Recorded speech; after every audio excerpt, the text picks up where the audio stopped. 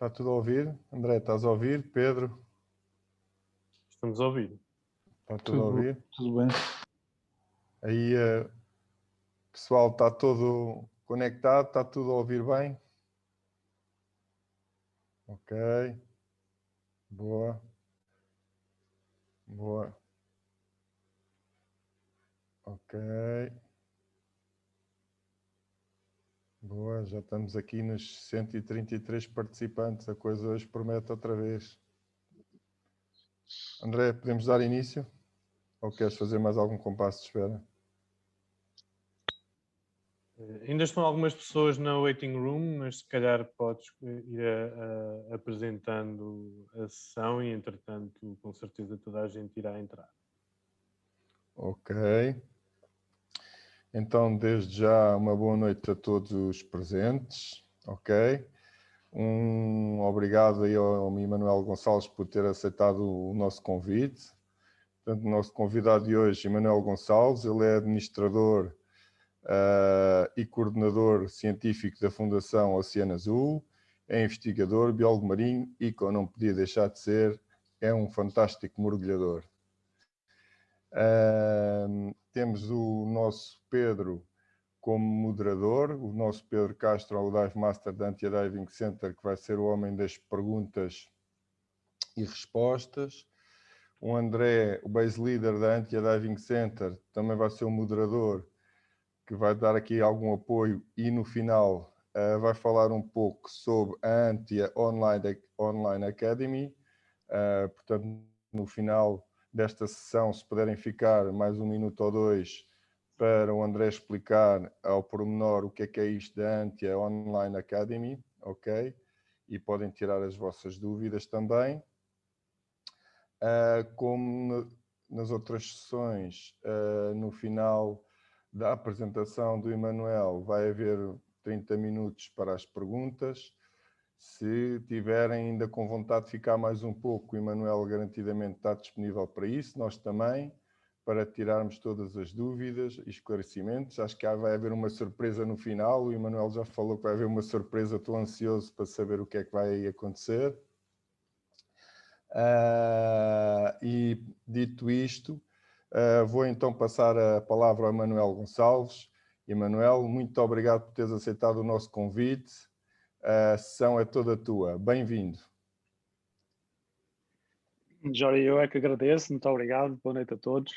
É um gosto estar aqui. Antes de mais, cumprimentar todos que aqui estão e a Antia também por estas iniciativas que considero verdadeiramente importantes, numa altura em particular em que muitos de nós estão a sofrer com esta situação e é uma maneira de nos mantermos ligados uns aos outros e isso é fundamental. Eu se calhar ia aqui partilhar o meu ecrã para irmos já direto ao assunto. Deixem-me só ver se funciona. Está tudo ok? Impecável. Ok. Muito bem. Então, obrigado pelo desafio que me lançaram. E eu, se calhar, ia começar aqui numa perspectiva mais macro e depois vamos mergulhar mais no Parque Marinho em particular. E queria dar-vos nota desta realidade científica que nós hoje vivemos, que não são tempos normais. Nós vivemos numa altura em que a ciência nos mostra que temos dois desafios existenciais. Temos uma crise climática que não está resolvida e que se está a agravar, e temos por cima dela uma crise de extinção de espécies, com mais de 1 milhão de espécies em risco de extinção imediata, e estes relatórios das Nações Unidas, que saíram durante o ano de 2019 e 2020, são claros a mostrar esta situação. A única boa notícia é que nós sabemos porquê. Nós sabemos que temos uma crise climática porque estamos a aquecer o planeta. Isso é devido à nossa atividade, é devido à emissão de gases com efeito de estufa. Sabemos também que o oceano é a principal vítima desse aquecimento, porque 90% do excesso de calor produzido devido aos gases com efeito de estufa é absorvido pelo oceano. E, portanto, nós só não vivemos hoje num planeta inabitável porque temos um oceano que absorve esses impactos. Só que há uma capacidade para o poder fazer.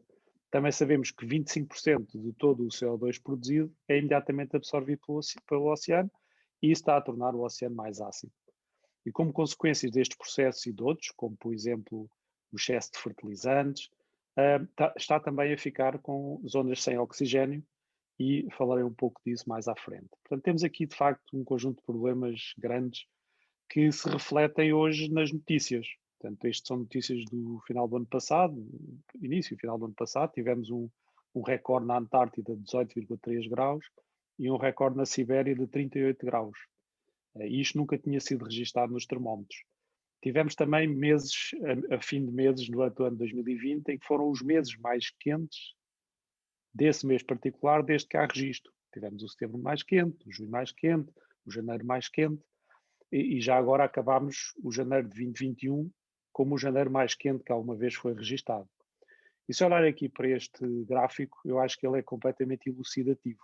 Portanto, aqui tem os 12 meses do ano, em cada ano desde 1851, e tem aqui uma escala com as temperaturas, onde podem ver o que é que está a acontecer. Portanto, é um fenómeno derivado da Revolução Industrial, derivado da forma como as nossas economias se tornaram dependentes dos combustíveis fósseis, e o resultado não pode ser mais claro do ponto de vista científico, e é este um dos grandes desafios que temos pela frente.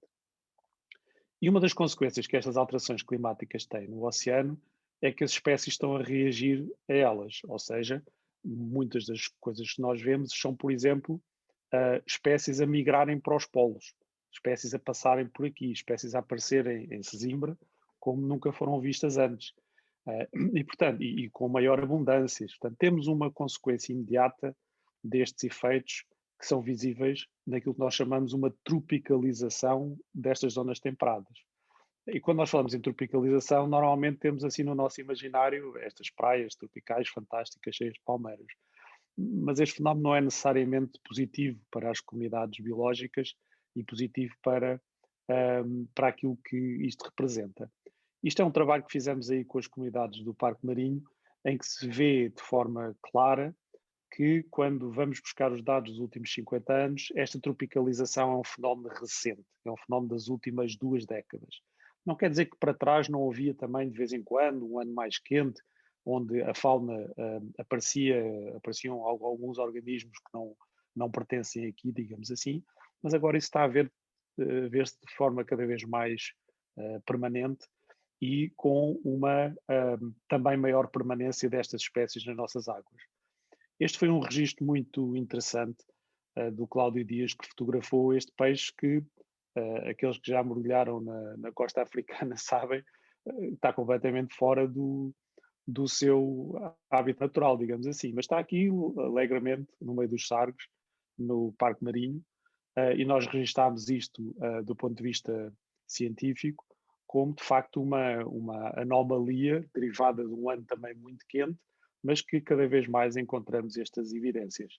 E, de facto, já temos aqui a Dory, nós agora andamos à procura do Nemo, desesperadamente, ainda não apareceu, mas um dia destes, provavelmente, se as tendências assim continuarem, será este tipo de efeitos que iremos continuar a observar. E este elemento menos conhecido das alterações climáticas no oceano, com este relatório que saiu da IUCN na COP do clima de há 2 anos, de 2019, mostrou um fenómeno bastante chocante, é que esta desoxigenação está a acontecer um pouco por todo o mundo e Portugal não escapa a este cenário. E ela tem já efeitos em parte da fauna, por exemplo, sabemos que alguns peixes que têm um metabolismo muito rápido, metabolismo, inclusive, tem até temperatura superior à temperatura da água, como sejam, por exemplo, os espadartes, já não conseguem mergulhar às profundidades que é suposto mergulharem para caçar, porque os níveis de oxigênio a essas profundidades, em algumas zonas, já são abaixo dos limiares para manter a atividade muscular. Portanto, estes efeitos já são efeitos que estão a registar do ponto de vista científico a uma escala sem precedentes e com estas tendências muito preocupantes. Bom, mas se sabemos isto do ponto de vista científico, onde é que está a política, digamos assim? Onde é que estão as ações que estamos a fazer para tentar inverter esta situação? Todos vocês já ouviram falar do Acordo de Paris e sabem que há um acordo em cima da mesa para tentarmos controlar as emissões, controlar, no fundo, as consequências, aquilo que são as causas destes efeitos. E se vocês olharem um pouco para este gráfico, nós aqui temos essencialmente as emissões de gases com efeito de estufa.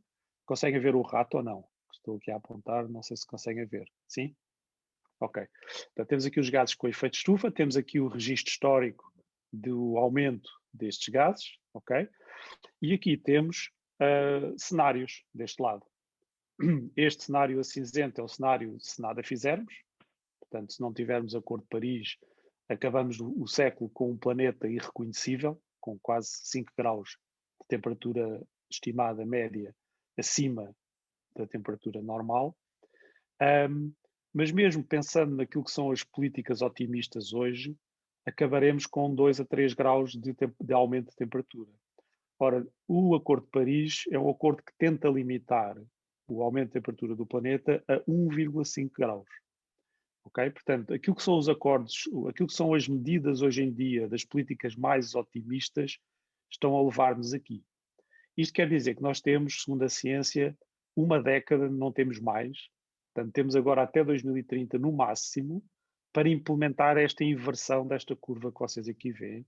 Ou seja, nós temos, no fundo, que descarbonizar a nossa economia para conseguir salvar o planeta, para conseguir que a tal crise de extinção de espécies seja resolvida e seja atacada. E quando olhamos para a situação dos impactos humanos no oceano, o panorama também não é muito mais animador.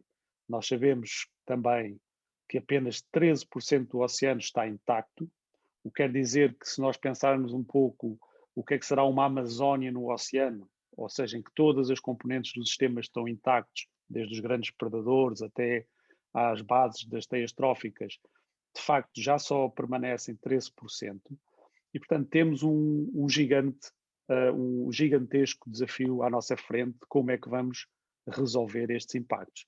De facto, estes estudos científicos têm-nos mostrado que não só temos estas zonas altamente impactadas, por exemplo, no Sudeste Asiático, no Mar do Norte, na costa americana, da Terra Nova, etc., mas temos principalmente todos estes laranjas que vocês veem aqui, são zonas com um elevado impacto da atividade humana que estão espalhadas por todo o globo. E isto, obviamente, tem como consequência ou como causa principal a sobrepesca, o excesso de uso, mas também as próprias alterações climáticas hoje amplificam muitos destes efeitos. Então, o que é que nós estamos a fazer para tentar proteger aquilo que resta? Ou seja, se já só teremos 13% do oceano intacto, o que é que estamos a tentar fazer para conseguir protegê-lo? Todos sabemos que estamos a tentar fazer, nomeadamente, áreas marinhas protegidas. Estamos a tentar que estas áreas contribuam para a solução de alguns destes problemas. Só que se olharmos para o panorama à data atual, nós temos cerca de 7% do oceano com algum tipo de grau de proteção, mas apenas cerca de 2% com áreas marinhas protegidas eficazes e de proteção elevada.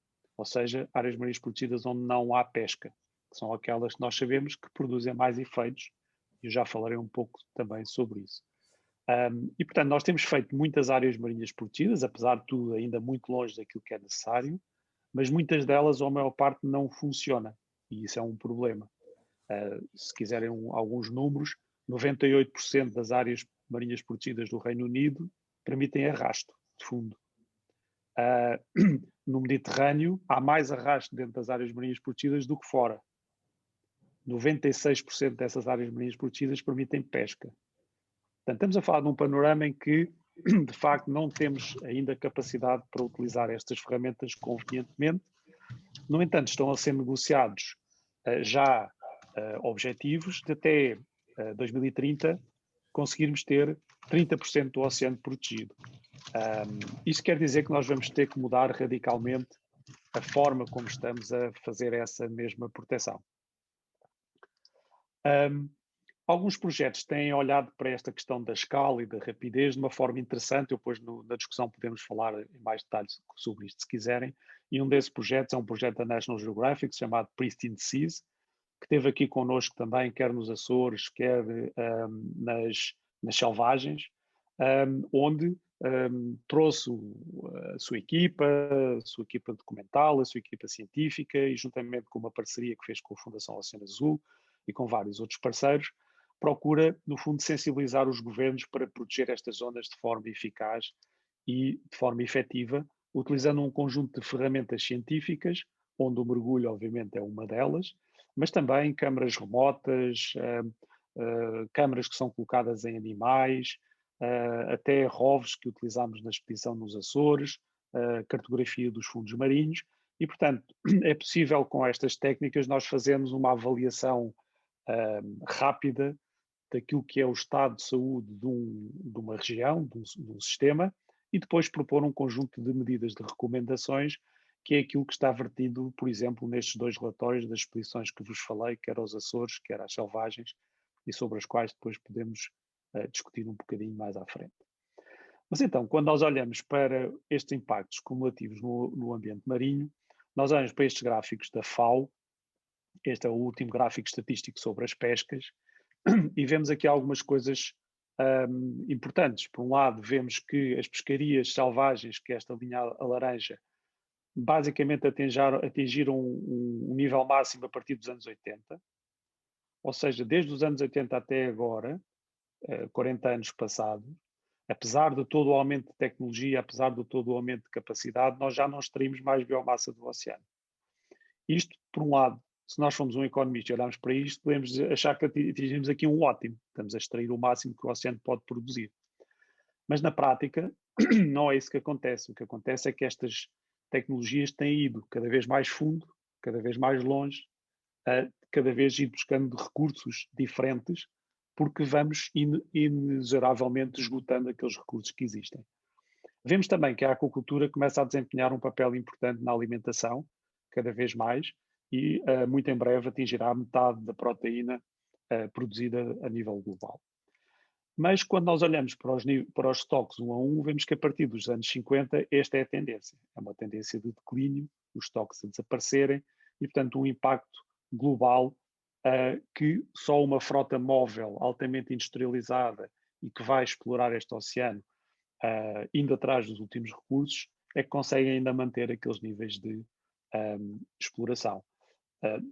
Só uma nota, este estudo que aqui está previu que em 2048, obviamente é uma previsão de modelo, nós poderíamos chegar a uma situação de já não ser viável explorar as populações selvagens de peixes no oceano. Agora, o que está documentado é que, por exemplo, para algumas dos grandes predadores, predadores de topo, na maior parte dos sistemas a nível mundial, nós já extinguimos 90% das populações dessas espécies. Ou seja, aquilo que temos no oceano hoje, se pensarem nas grandes baleias, nos grandes tubarões, nos espadartes, portanto, aquilo que são, no fundo, os grandes predadores do oceano, temos 10% em média, não é? Temos apenas 10% das populações no oceano hoje. Portanto, a nossa atividade extrativa já eliminou os outros 90%, e isso é um problema a vários níveis. Eu darei aqui 1 ou 2 notas. Portanto, se nós quisermos aqui sintetizar esta informação num cartoon, podemos dizer que passámos no início do século passado de uma situação como esta, em que havia uma pesca sustentável com um oceano saudável, para uma situação como esta, em que há um excesso de utilização e uma cada vez maior escassez de peixe e escassez de recursos. E algumas destas alterações, historicamente, não estão tão visíveis para nós, porque nós não as visualizamos. Eu já vos vou dar um exemplo de uma que eu próprio assisti, mas para muitos destes casos são coisas que aconteceram ou na geração dos nossos pais ou dos nossos avós, ou então nós não vimos porque está longe da nossa atenção. Mas há algumas situações muito bem retratadas, e eu trazia-vos aqui uma que foi estudada na Flórida, em que os investigadores foram avaliar aquilo que era o resultado de um dia de pesca, eu volto a reforçar aqui, um dia de pesca, na corrente do Golfo, ao largo da Flórida, destes barcos que eram contratados para ir à pesca. E isto era um dia de pesca nos anos 50, nestes sistemas, ok? Portanto, vemos aqui essencialmente predadores de topo, estas grandes garopas, tubarões, animais adultos, e portanto um ecossistema que está dominado por predadores.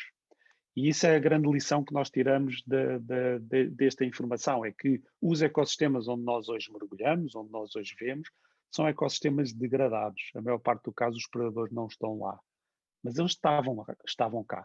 Se nós olharmos um bocadinho para a frente, e foi o que esta investigadora fez, foi buscar estas fotografias, foi ver aquilo que foi acontecendo estes dias de pesca nesta região.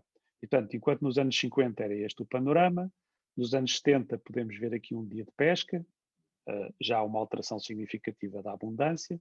Anos 80, okay, notem uma alteração significativa das espécies, portanto já não temos cá as garopas, o peixe de fundo, temos essencialmente peixe de água livre, como estes xaréus e outros.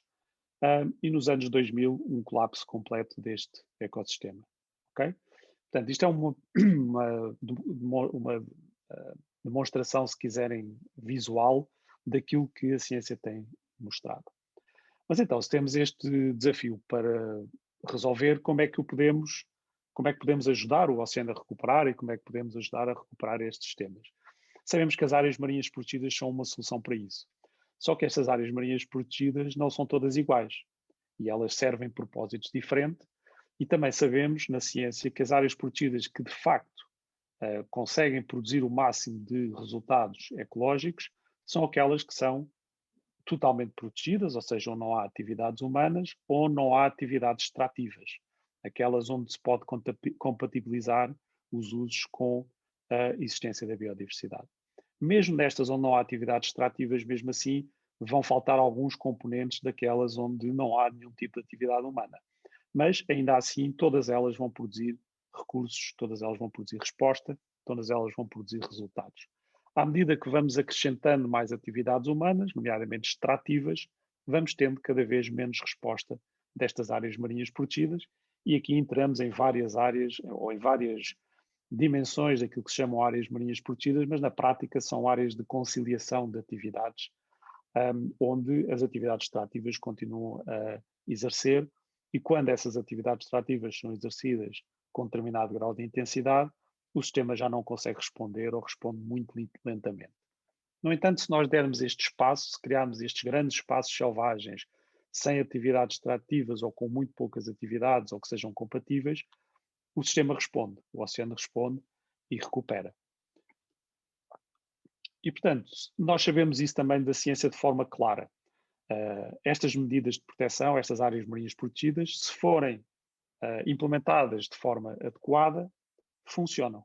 Ou seja, elas têm e produzem mais peixes maiores, maior diversidade de espécies e, obviamente, os peixes não conhecem fronteiras e, portanto, estas áreas vão elas próprias ser elementos de repovoamento do oceano, porque estes peixes vão migrar, os seus descendentes vão migrar para fora das áreas marinhas protegidas.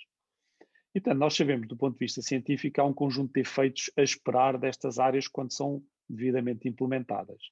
Dentro das áreas protegidas, obviamente, havendo uma redução da mortalidade por pesca, vamos ter um aumento da densidade, do tamanho, da idade, da biomassa, principalmente das espécies comerciais, são aquelas cujas populações estão com maior impacto, mas também estas espécies vão produzir mais ovos e larvas, e estes ovos e larvas vão repovoar as zonas fora também. Cá fora, nós vamos ter efeitos com o tempo, não é? Que não se vê de imediato, mas de exportação desta biomassa. Essa exportação da biomassa é feita pelos indivíduos adultos, quando eles migram, mas também é feita pelas tais larvas e juvenis que, dentro da área marinha protegida, estas populações vão conseguir produzir. Como eu vos disse há pouco, de facto, apesar de sabermos que existem estas ferramentas e apesar de elas funcionarem, muitas delas não conseguem produzir os seus resultados porque estão a ser utilizadas de forma errada ou nem sequer se deviam chamar áreas marinhas protegidas, e estes estudos que eu vos mostro aqui são bons exemplos recentes dessa realidade. Agora, a ciência de facto mostra-nos isto, mostra-nos que as áreas são tão mais eficazes quanto maior forem, quanto mais antigas forem também, quanto maior o seu grau de proteção, quanto mais bem vigiadas estiverem, quanto mais bem regulamentadas estiverem. Se houver áreas de extração, elas devem estar próximas a áreas de proteção total. O modelo de governação é um aspecto essencial, as pessoas têm que respeitar as regras, tem que haver um modelo que permita o envolvimento dos interessados nessa mesma governação, e muitas delas devem estar integradas numa rede de áreas protegidas, porque só por si não conseguem funcionar sozinhas. E, portanto, sabendo isto e sabendo que temos um problema de utilização, temos vindo a trabalhar num network internacional também em clarificar aquilo que é a linguagem sobre as áreas marinhas protegidas.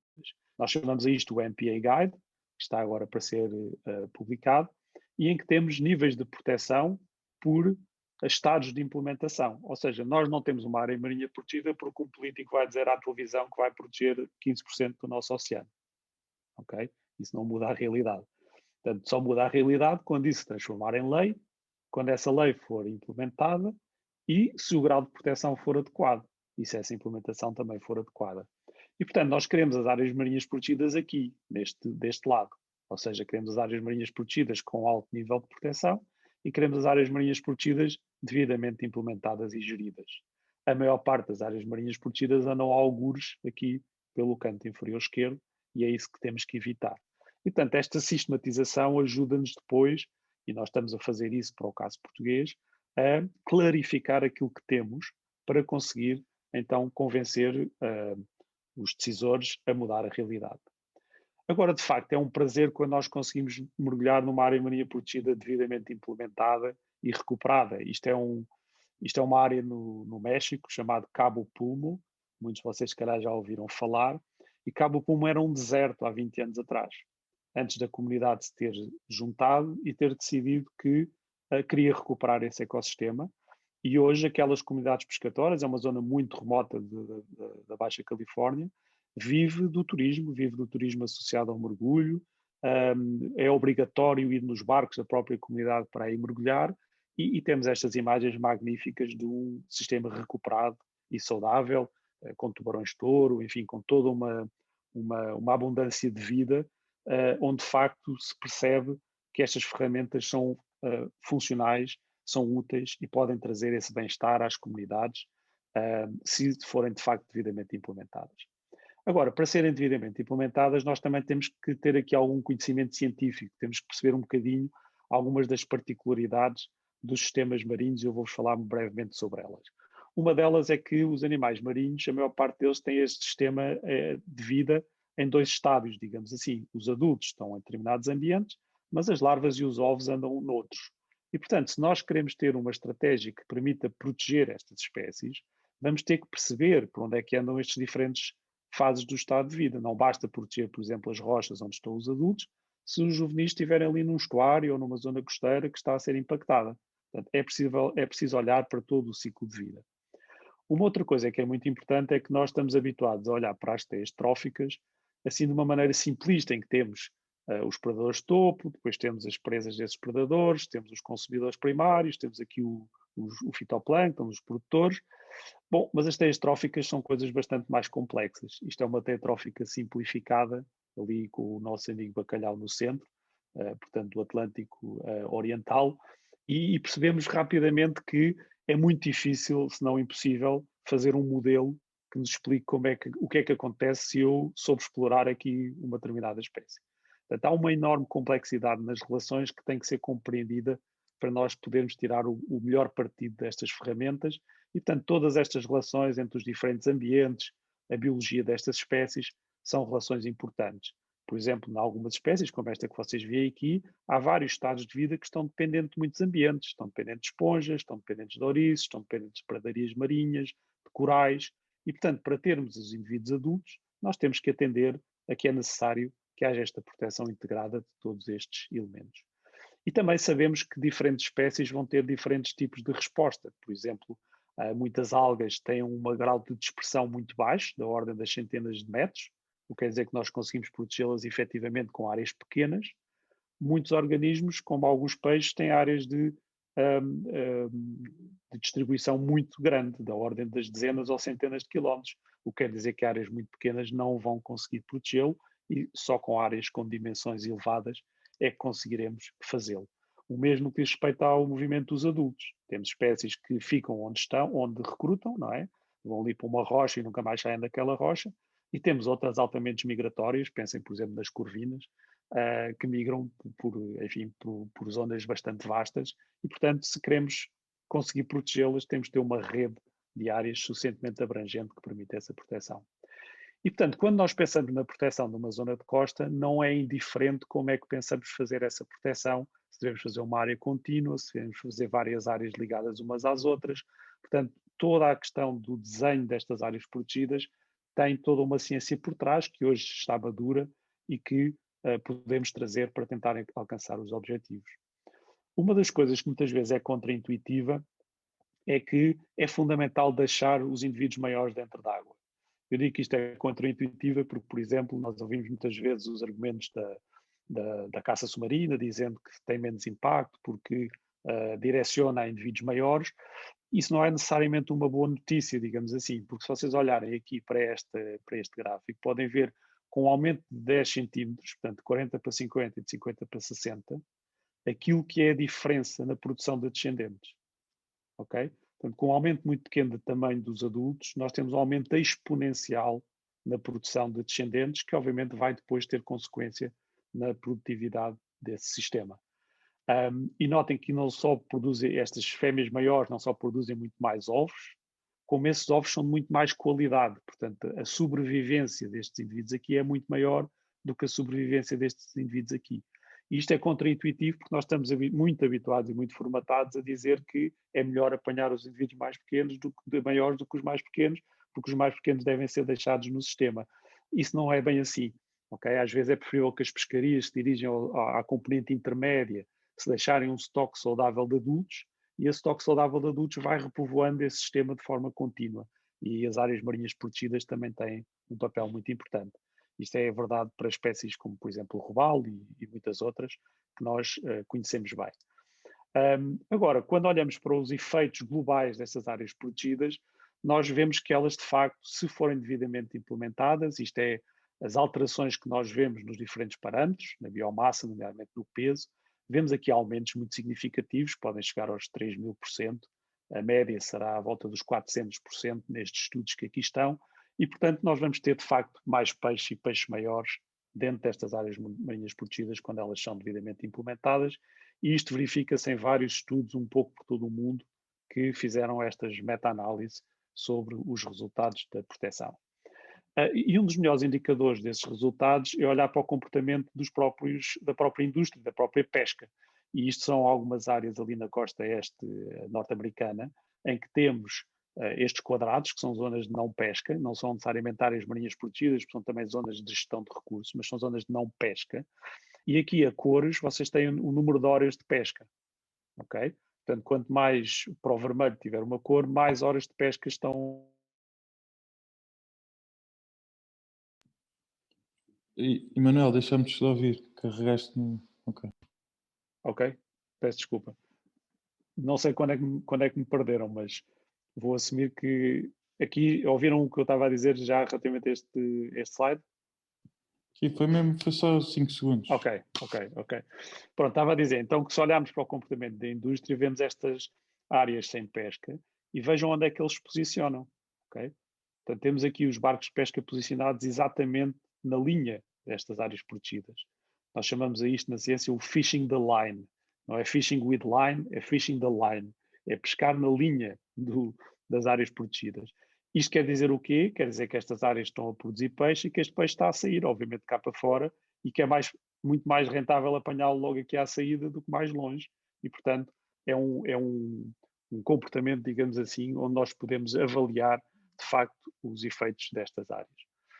E, portanto, quando olhamos para estes aspectos mais biológicos, é interessante também ter esta percepção de que, para além daqueles que nós conhecemos melhor, todos os organismos marinhos em geral têm este estilo de vida em duas fases. Passam por uma fase larvar, vocês veem aqui muitos grupos diferentes, com muitas larvas de muitos grupos diferentes, e depois os adultos vão, muitos deles, recrutar e assentar, por exemplo, num determinado recife, numa determinada zona rochosa, onde então a proteção pode ser eficaz e efetiva. E muitos destes estados de larvar são quase aliens, não é? São quase extraterrestres, quando comparados com os adultos. Vocês podem ver aqui muitas larvas diferentes de peixe, e se calhar muitas delas são muito pouco relacionadas com aquilo que nós pensamos no adulto. Por exemplo, esta larva que vocês veem aqui é uma larva de peixe-lua, ok? Que é muito diferente daquilo que nós estamos habituados a ver. E, portanto, tem aqui uma relação entre aquilo que é o estado, a forma destas larvas e aquilo que são os adultos correspondentes. Mas deixa-me contar-vos uma história muito breve sobre uma destas evidências de degradação. Estas duas fotografias estão separadas aí por 40 anos. E para além da diferença capilar óbvia. Emanuel, deixamos-te ouvir outra vez, desculpa. Peço desculpa. Não sei o que é que está a acontecer aqui, mas muito bem. Estava a dizer-vos que estas fotografias estão separadas por cerca de 40 anos. E queria-vos contar uma história que tem a ver com uma vivência minha aqui na zona do Parque Marinho, nomeadamente no Portinho da Rábida. Eu, enfim, desde criança que para aqui passava as minhas férias, tive o privilégio de crescer aqui, de andar aqui à solta, digamos assim, nestas águas. De facto, nesta Baía do Portinho, havia, alguns de vocês sabem disso, uma enorme floresta subaquática.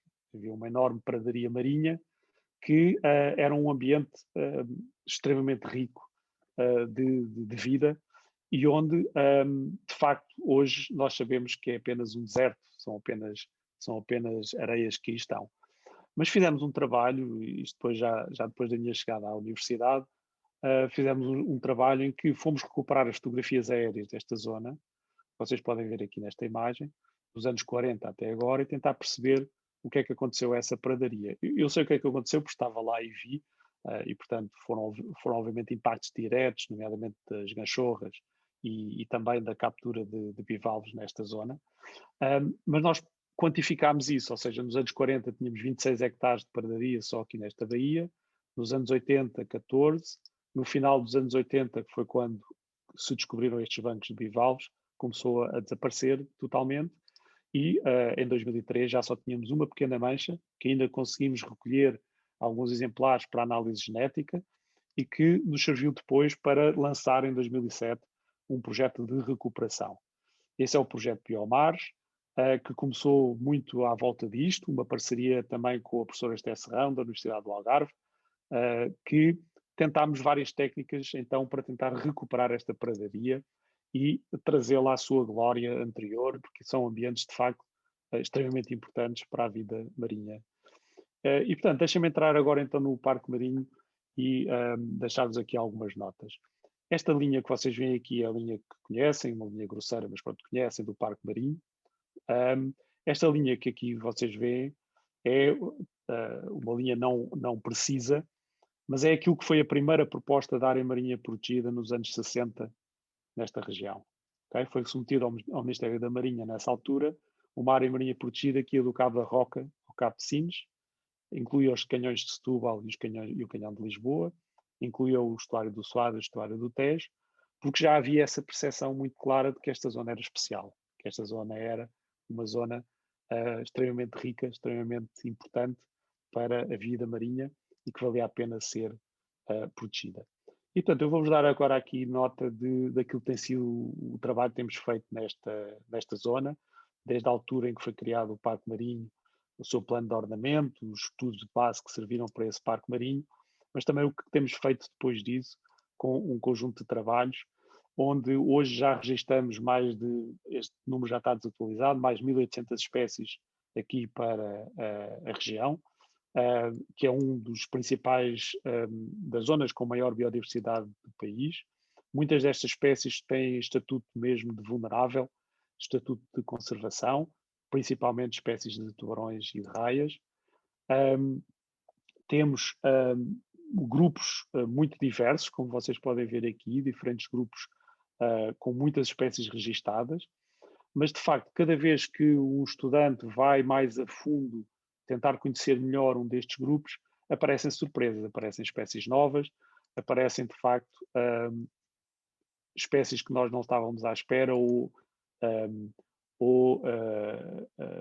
até espécies que de facto não estavam registadas anteriormente. Algumas são muito bem conhecidas dos mergulhadores, como estas que eu estou aqui a passar rapidamente, que são um dos grandes atrativos do Parque Marinho, e de facto esta zona é fantástica, é fenomenal no que diz respeito à diversidade de muitos destes grupos, que têm uma importância muito grande, não só no sistema biológico, digamos assim, mas tem uma importância muito grande também económica, porque os mergulhadores querem vê-los, querem procurá-los, querem encontrar estes seres tão estranhos, e de facto são animais magníficos que têm um conjunto de características também muito interessantes. E portanto estes registros são uma base científica que nós temos. Nós podemos dizer que a Rábida e Sesimbras é a zona mais bem estudada do país, sem sombra de dúvida, no que diz à parte marinha, e é muito devido a este trabalho, onde nós temos já estas bases de dados com informação sobre a sua distribuição no parque, a sua distribuição em profundidade. Temos também registado alguns dados históricos para contextualizar a importância que esta zona tem, e sabemos que esta importância é conhecida desde tempos imemoriais, na área da pesca, mas também na área das utilizações náuticas e marinhas em geral. Sabemos que aqui fizeram as investigações muitos naturalistas, o próprio rei Dom Carlos, que é o pai da oceanografia em Portugal, fez aqui também muitos trabalhos, e portanto nós temos compilado toda essa informação num sistema de informação. Algo que temos feito também são estudos para perceber como é que podemos recuperar alguns destes animais. Recuperar florestas de animais, como os corais, e vem aqui algumas técnicas utilizadas para isso, que têm bastante sucesso, e portanto é possível fazê-lo. Nós hoje estamos a monitorizar estes impactos. Sabemos, por exemplo, que em diferentes zonas do Parque Marinho há diferentes impactos nas gorgónias, por exemplo, e algumas zonas estão bastante impactadas. Vejam aqui, por exemplo, o Jardim das Gorgónias, cerca de 40% apenas não tem outros organismos agarrados à própria gorgónia, o que é um sinal de stress, digamos assim. E, portanto, algumas destas zonas mostram alguns sinais preocupantes de sobreutilização, e isto também são dados importantes.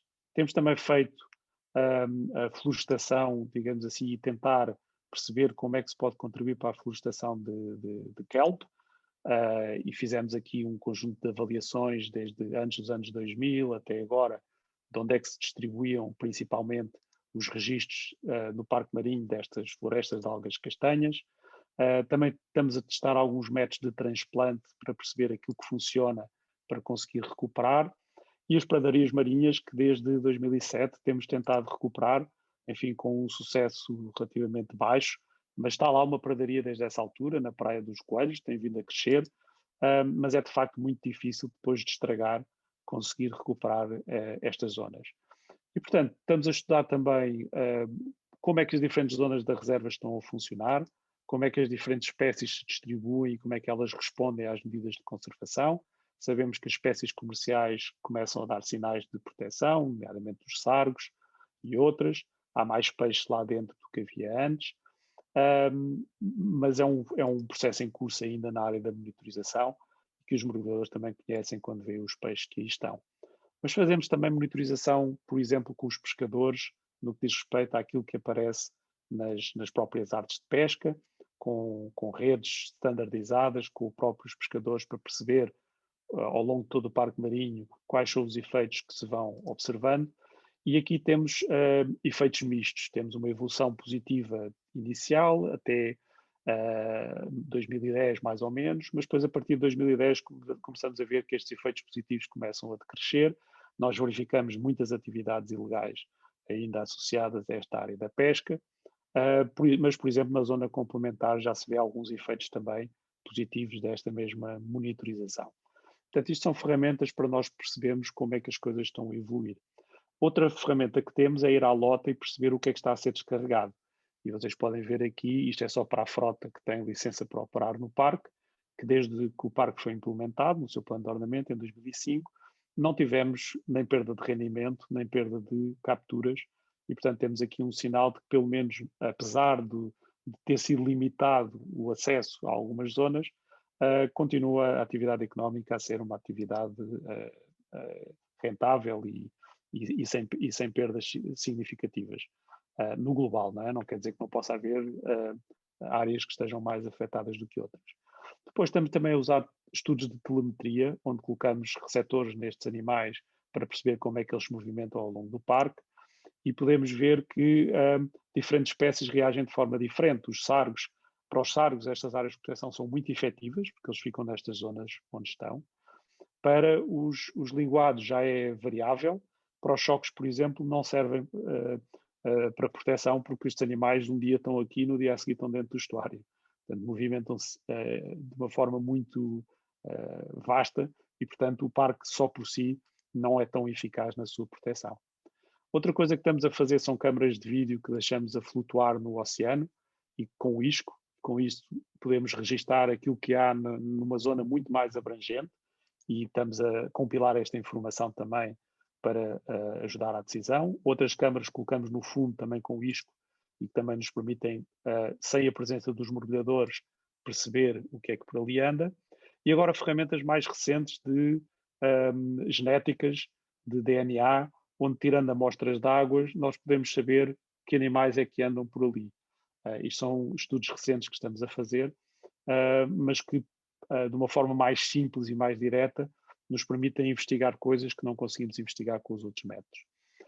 Eu ia finalizar mostrando-vos aqui duas coisas. Uma é uma exposição itinerante que teve aí em Sesimbra, não sei se conseguiram ter a oportunidade de ver ou não este verão, mas é um dos resultados deste projeto, com fotografias do parque, em que a nossa preocupação é dar a conhecer a todas as pessoas que existe um parque marinho, que ele está aqui, que ele é importante. Estamos também a fazer a renovação do modelo oceanográfico para que mostre este legado, para organizar esta informação de acordo com os seus aspectos históricos e que mostre toda a investigação que é aqui feita no parque, mas também a importância que esta zona tem. Fazemos muitos programas educativos com as escolas, que têm sido também muito importantes para passar esta mensagem, e lançámos um livro associado à exposição itinerante, de que eu vos trago aqui algumas imagens só para vos abrir o apetite. Este livro estará em breve também a ser distribuído, mas é um dos resultados do programa Biomares, que pretende, no fundo, mostrar aquilo que aqui se faz, mas também a importância que esta zona tem para todos os utilizadores, para as comunidades que aqui vivem e muito além, porque este parque é muito mais importante.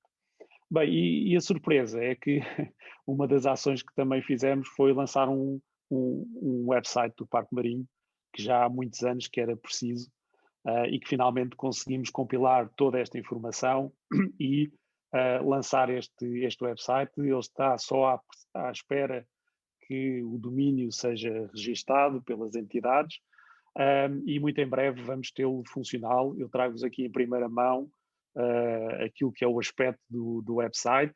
Portanto, vai ter uma informação sobre o parque, uma informação sobre a vida marinha, sobre a ciência que é aqui feita, a história e cultura do parque, os usos do mar, as questões da paisagem, do lazer, mas também vai ter algumas ferramentas de interface. Portanto, são algumas das páginas de abertura do próprio website. Vai ter, dizia eu, algumas zonas de interface, nomeadamente uma que nós damos muita importância, que é a capacidade das pessoas poderem ajudar os investigadores a conhecer melhor aquilo que vêem.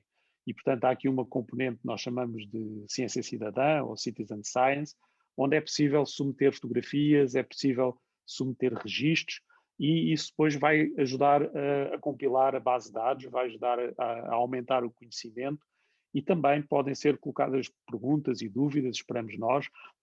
Portanto, criamos aqui uma forma interativa deste parque se tornar mais dinâmico para todos. E esta ligação é feita diretamente também depois a base de dados, como esta da iNaturalist, que está diretamente ligada ao site, para que estes registros fiquem.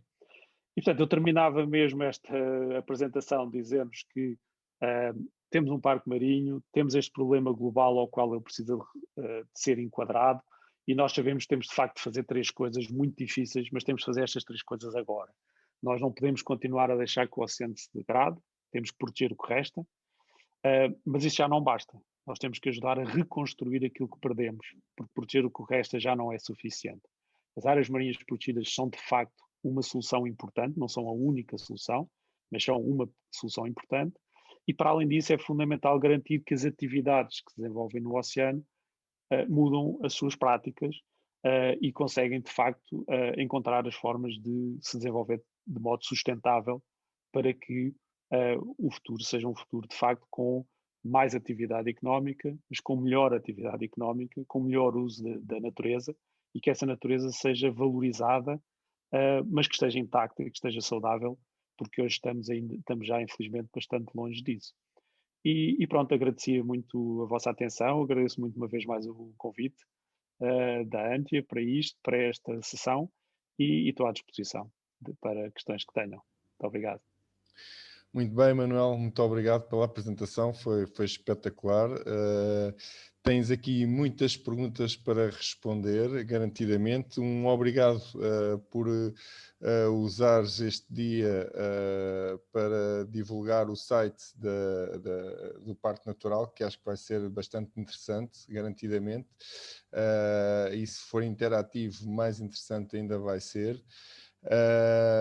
Temos aqui hoje outra vez, superámos largamente as 200 pessoas interessadas, o que é um prazer enorme, um orgulho para a Antia Diving Center chegar a tanta gente e salvar o que resta é precisamente com estas ações que nós estamos aqui a fazer também, não é? E com isto nós vamos dar continuidade garantidamente, pondo civis a participar em projetos científicos. Já falei com vários cientistas que estão aqui abertos a abraçar este novo projeto nosso também. E com isto vou passar aqui a palavra ao Pedro, que garantidamente está embrulhado com tanta pergunta que as pessoas têm para fazer. E vamos dar então início às perguntas. Vamos ter aqui 30 minutos.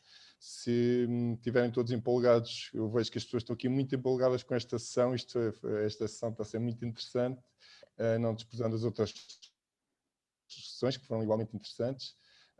Mas vou passar então agora ao Pedro, que vai começar então as suas perguntas. Ok, Pedro? Pronto? Eu consigo. Olá, boa noite a todos. Antes disso, temos aqui, já que o Emanuel abordou a questão da ciência cidadã, temos aqui um espaço para o André também de mostrar uma iniciativa que temos agora a acontecer. Eu vou só mostrar muito rapidamente, já que o Emanuel estava a tocar no assunto, que tivemos vários participantes das jornadas a sugerir que nós também tomássemos uma posição enfim, de criar condições para as pessoas participarem nesses projetos científicos e, como o Jorge estava a dizer, já contactámos vários projetos, vários responsáveis de projetos e já demos início a essa iniciativa. Portanto, já temos um grupo do Facebook de Ciência Cidadã. Podem procurar atividades de ciência cidadã. Tem aqui o link para o formulário que tem a pré-inscrição para as atividades. Neste momento ainda estamos a desenvolver um bocadinho a ideia, mas podem desde já procurar. E, Manuel, penso que também podemos ter aqui uma oportunidade de continuar a trabalhar em conjunto neste contexto, espero eu. Sem dúvida, André. Ótimo, boa, vamos a isso. Vamos então passar à parte das perguntas. Emanuel, temos já muitas, se calhar já consultaste aí o bate-papo. Basicamente, se calhar não vou ter tempo para todas. Começo por perguntar se tens alguma forma do pessoal querer saber mais, falar contigo, a seguir à sessão. Sim, claro, com todo o gosto. Os meus contactos, eu penso que a Antia poderá colocá-los, não sei onde acharem melhor. O meu e-mail está sempre disponível e, portanto, tenho todo o gosto de poder responder àquilo que souber e que puder. Ok, muito bem. Vamos então começar. Isto as perguntas eu pulas por ordem um bocado da tua apresentação. Vamos começar aqui pelo tema da pesca de arrasto. A Susana Jesus perguntou, primeiro disse que é uma técnica de pesca altamente destrutiva. Ela pensa que em Portugal só representa cerca de 13%, mais ou menos 30 milhões de euros no total da pesca. O que é preciso fazer para acabar com a pesca de arrasto? Bom, obrigado, Susana. Eu acho que é assim, o que é preciso é mudar a mentalidade da forma como nós olhamos para os recursos naturais e para o planeta, não é? E, portanto, nós podemos e devemos ir sempre a ações concretas e específicas. E sabemos que esta é uma atividade que não devia acontecer, porque se é a mesma coisa que ir à floresta apanhar castanhas a cortar as árvores. Não faz sentido, não é?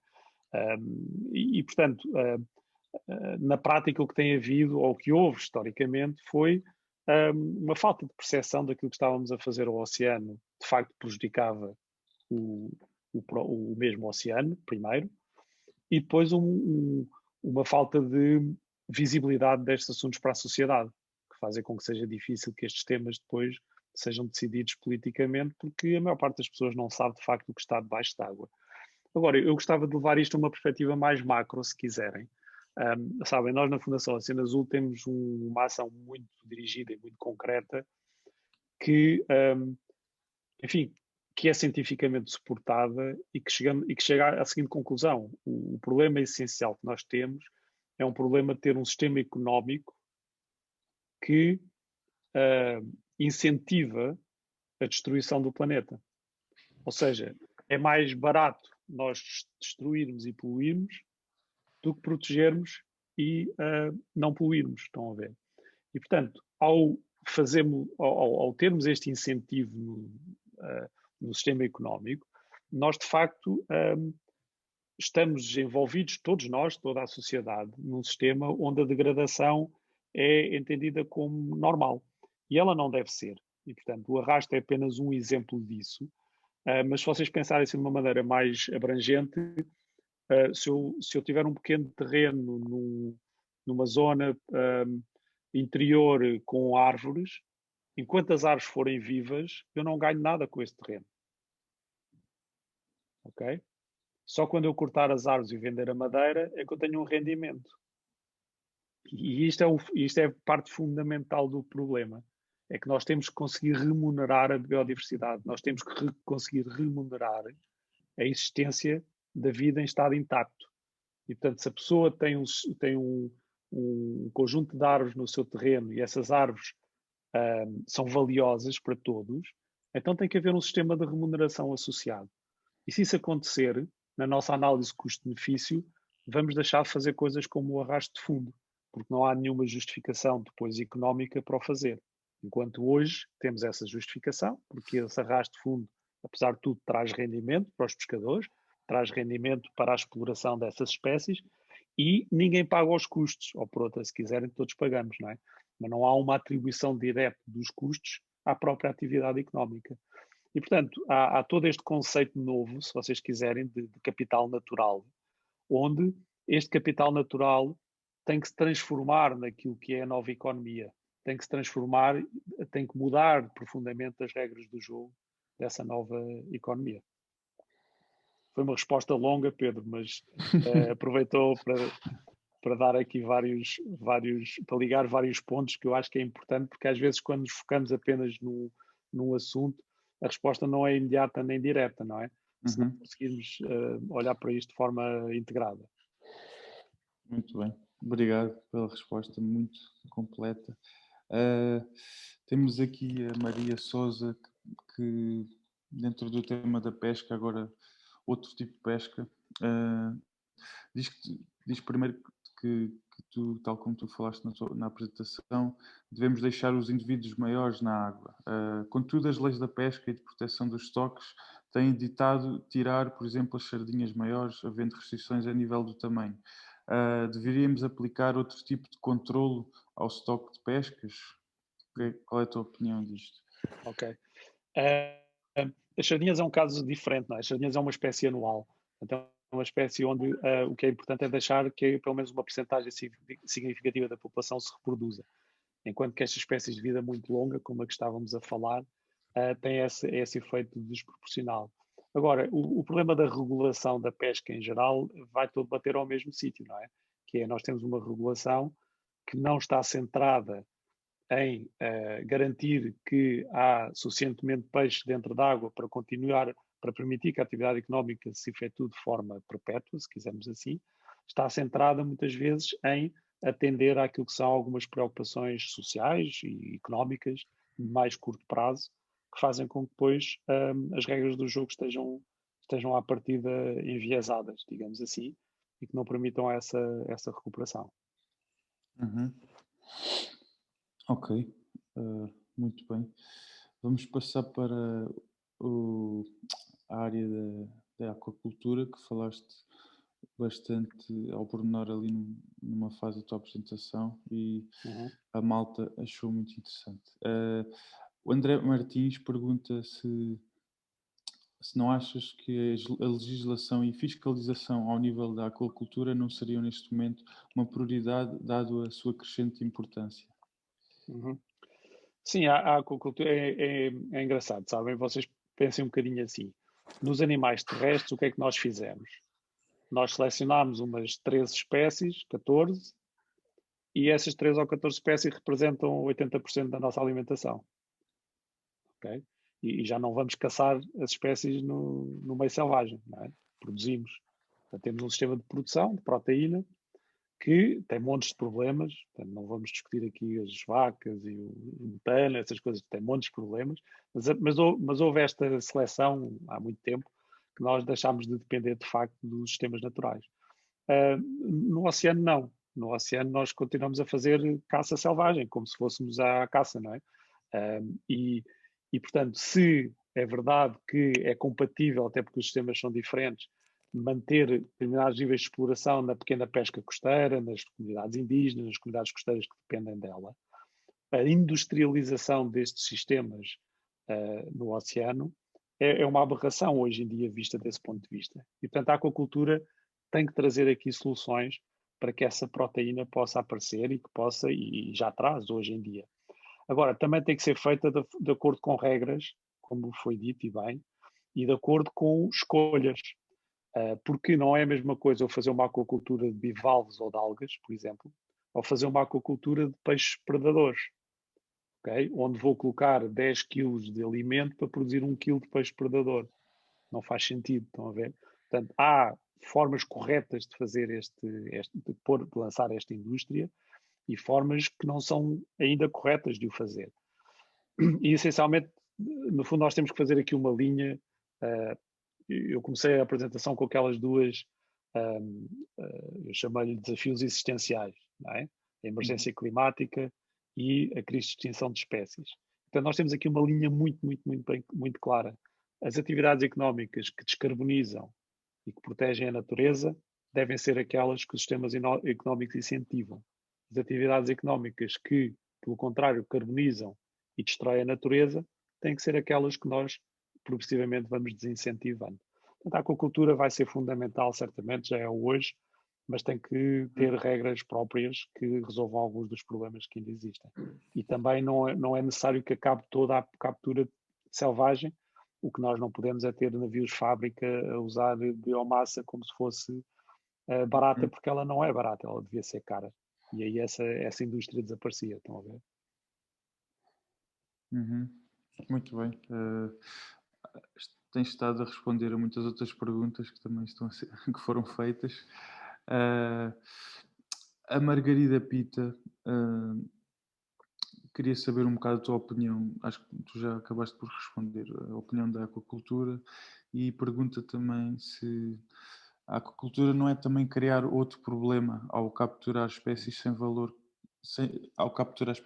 comercial para alimento. Claro. O alimento da espécie em aquacultura é um dos problemas, exatamente. E muitos outros, notem, os antibióticos, os efluentes, portanto, há um conjunto de aspectos que a indústria tem que evoluir em termos de standards e em termos de... Nós temos que começar a ter esta mentalidade de olhar para o circuito todo daquilo que fazemos, estão a ver? É como o nosso hábitos de consumo, não é?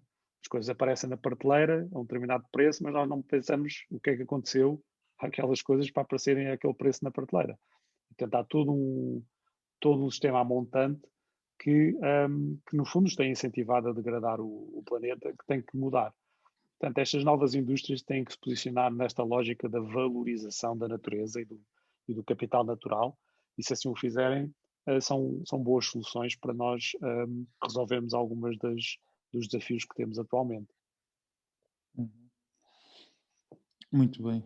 Vamos passar para a secção das áreas marinhas protegidas, que nos são tão queridas e que abordaste em específico o Parque Marinho Professor Luís Saldanha. Em primeiro lugar, a Érica Moura pergunta se, por exemplo, outras áreas marinhas protegidas, se quiserem seguir um modelo, digamos assim, protocolo de monitorização aqui do Parque Marinho Professor Luís Saldanha, há algum sítio onde possam aceder a essa informação, de tentar reproduzir metodologias? Uhum. Ok, Pedro, obrigado. Há muitos manuais de monitorização. Agora, a monitorização das áreas marinhas é tipicamente feita de acordo com os objetivos das mesmas. Portanto, não é igual monitorizar uma área costeira, uma área oceânica, não é igual monitorizar uma área de proteção total ou uma área multiusos, como é o caso do Parque Marinho. Mas as metodologias são standards, estão relativamente bem definidas, e existem algumas publicações, digamos, que falam sobre essas metodologias, mas lá está, não existe só uma receita, é preciso adaptar os mecanismos de monitorização àquilo que se pretende e àquilo que são os objetivos de uma área marinha protegida particular e também aos recursos que existem, não é? Porque o que é fundamental é que se consiga responder à pergunta se a área marinha protegida está a funcionar ou não, não é? E isso depende dos objetivos dessa área e depende também das circunstâncias dessa mesma monitorização e avaliação. Mas tipicamente, é uma área onde não se deve inventar na prática, ou seja, devemos usar metodologias standard, devemos usar metodologias testadas e repetir, que é isso que se pretende na monitorização. É ter um sistema que todos os anos permita ir verificando a evolução e sabendo se aquilo que estamos a fazer está a ser bem feito ou se pelo contrário deve ser alterado, deve ser mudado. Uhum. Pois é, temos que pensar nas soluções, o que é que podemos fazer hoje, e temos algumas perguntas relacionadas com isso. Tu próprio abordaste a ciência cidadã, o André também falou da nossa iniciativa. Temos aqui o Fernando Trindade, que enquanto mergulhador pergunta, como fotógrafo, videógrafo subaquático que ele é, como é que ele pode ajudar? Ele fala em específico da Fundação Oceano Azul, nas suas participações de saídas de mergulho, registro de atividades. Ele estaria interessado neste tipo de participações. Também o João Castro pergunta como é que as pessoas podem respeitar e cuidar mais de áreas marinhas protegidas, não só os pescadores, mas todos os utilizadores, banhistas, mergulhadores. Ok, são perguntas muito interessantes. Eu começava se calhar pela segunda. Como é que podem respeitar? Desde logo é saber que existem, sabem? Nós no âmbito aqui do Biomares fizemos um inquérito nas praias para saber se as pessoas sabiam que estavam numa zona natural. E 70% das pessoas, se não me engano no número, sabiam que estavam num parque natural, mas 70% das pessoas não sabiam que estavam num parque marinho. Portanto, obviamente que se eu não sei que estou num parque, eu depois não consigo valorizar. Portanto, é muito importante toda esta área da divulgação, da educação, termos formas de chegar aos utilizadores para que eles saibam e respeitam estas áreas. Relativamente à área em particular do audiovisual, ela é cada vez mais importante para transmitir precisamente estas mensagens e, portanto, eu vejo-a como um instrumento de literacia que ajude a este mundo que nós, que somos mergulhadores, temos o privilégio de aceder, mas que o comum cidadão da rua não faz a mínima ideia que existe, que se consiga de facto levar esse mundo para fora daquilo que é os nossos circuitos normais e tentar transmitir essa informação a todos. No oceanário é aquilo que nós fazemos, não é? Mostrando muito aquilo que é uma mensagem de conservação e de passar essa mensagem para fora. Na Fundação também tentamos dar destaque através dos projetos E aí temos todos um papel, de facto. A fotografia e o vídeo são instrumentos muito importantes. E eu tenho alguma expectativa de que, com o lançamento agora deste website e com o lançamento destas iniciativas de ciência cidadã, nós consigamos juntar aqui uma massa crítica, se quiserem, de informação, de dados, de imagens, de mensagens, que possam, de facto, ajudar a acelerar esta mudança, a acelerar esta capacidade de chegar de forma muito mais abrangente a todos os que usam estas áreas, e não só os que usam, mas os que as podem valorizar. Porque, de facto, nós só vamos conseguir proteger aquilo que conhecemos, e a maior parte das pessoas não conhece, não sabe que existem estas riquezas, estes valores aqui à nossa porta, e como não sabem, não os valorizam, e, portanto, isso torna mais difícil a missão de os proteger, porque esbarra mais nesta barreira, nesta fronteira da falta de conhecimento. E, portanto, sem dúvida que são áreas fundamentais onde eu acredito que haja aqui muito trabalho ainda para fazer e, enfim, gostava também de dar nota desta iniciativa que foi aqui apresentada pelo André, da Ciência Cidadã, que me parece que é um caminho muito, muito importante. Portanto, há aqui muita coisa a fazer em conjunto, sem dúvida. É isso. Vamos ter que nos reunir certamente mais vezes, nem que seja assim, ecrã e ecrã desse lado. Temos pessoal a perguntar se esta palestra vai ficar disponível. A resposta é sim, para os participantes. Depois enviaremos o link em breve. Também temos malta a perguntar se a Fundação Oceano Azul aceita estagiários, o Jaquelino. O António Mestre diz que o seu filho de 5 anos está a ver viu a apresentação. Certeza que gostou muito das fotos que passaste, todas. E ele está preocupado que algumas das espécies pode ele já não ver quando for daqui a os seus 15, quando tiver os seus 15, 20 anos, né? O que é que queres responder sobre isto? Eu quero deixar aqui uma mensagem, se quiserem, agridoce, ok? Ou seja, por um lado, temos esta realidade indesmentível que vem nestes relatórios recentes das Nações Unidas, de termos 1 milhão de espécies em risco de extinção imediata, ok? Só para vocês terem uma ideia, nós conhecemos na ciência 2 milhões e qualquer coisa de espécies descritas pela ciência. Estimamos, e agora aqui as estimativas valem o que valem, de que devemos ter 8 milhões, mas as estimativas podem ir dos 10 aos 100, portanto há um grau de desconhecimento muito grande. Muitas destas estão no oceano, e portanto muitas destas nós vamos perder ainda antes de as conhecer, se nada fizermos. E daí que a mensagem não pode ser mais urgente do que esta, sabem? Aquela linha que eu vos falei, de que nós temos que olhar para as atividades com a lente daquelas que carbonizam e destroem a natureza versus aquelas que descarbonizam e protegem a natureza, é uma linha cada vez mais real para não acontecer aquilo que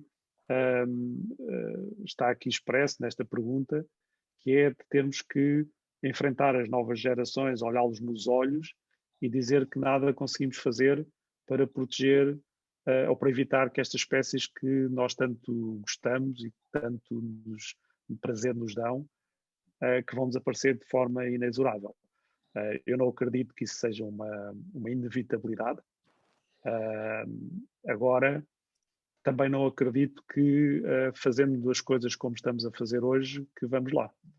Portanto, temos aqui um apelo às armas, se quiserem, para usar assim uma expressão mais bélica. Não estou a dizer para irmos invadir nenhum Capitólio, nem nada disso, ou a Assembleia da República, ou algo assim, não é isso o caso.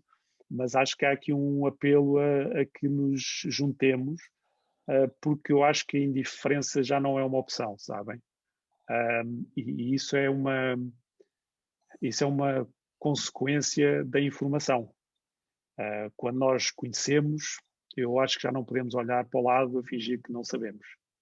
E eu gostava de apelar e deixar-vos aqui esta nota de que isto é uma enorme responsabilidade para todos nós. É que foi a nossa geração que causou isto. Não foram extraterrestres que vieram aí, foram os nossos pais, certamente, com alguma ignorância, mas é a nossa geração que está a ser julgada. E, portanto, quando nós olhamos para os olhos dos nossos filhos, nós temos que saber como é que o vamos fazer. E, portanto, eu acho que, de facto, se nos juntarmos, se formos capazes de não ser tolerantes a uma resposta negativa à proteção da natureza e à sustentabilidade, vamos tornar a vida mais difícil aos decisores. Vamos tornar a vida mais difícil a que se continuem a arrastar soluções e vamos conseguir certamente trazer soluções mais rápidas e implementadas de forma mais eficaz. Uma vez mais, peço desculpa pela resposta longa, mas eu acho que a pergunta foi muito direta ao coração, se quiser. E portanto, eu acho que é bom se todos tivermos esta percepção da responsabilidade que temos pelo facto de sabermos, eu acho que somos capazes. Acho que não há de forma nenhuma aqui nenhum impossível para conseguirmos ter sucesso. É incrível também haver já crianças com 5, 6, 7 anos já preocupadas com o facto de não poderem ver determinadas espécies quando começarem a mergulhar. As minhas filhas de 8 e 9 anos também me questionam muitas das vezes sobre esses assuntos. E infelizmente às vezes tem que dizer a verdade, que se efetivamente não cuidarmos daquilo que realmente interessa, que poderá haver essa possibilidade.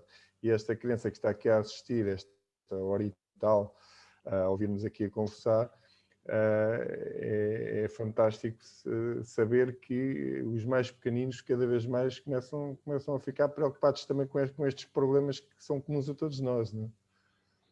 Força, Pedro. É isso. Obrigado pelo teu contributo, Jordi. Muito obrigado pela resposta, Emanuel. Vamos passar agora para as áreas marinhas protegidas, em específico em Portugal. Antes de ir em concreto a Sesimbra e à Rábida, qual consideras ser o maior desafio para a implementação destas áreas em Portugal?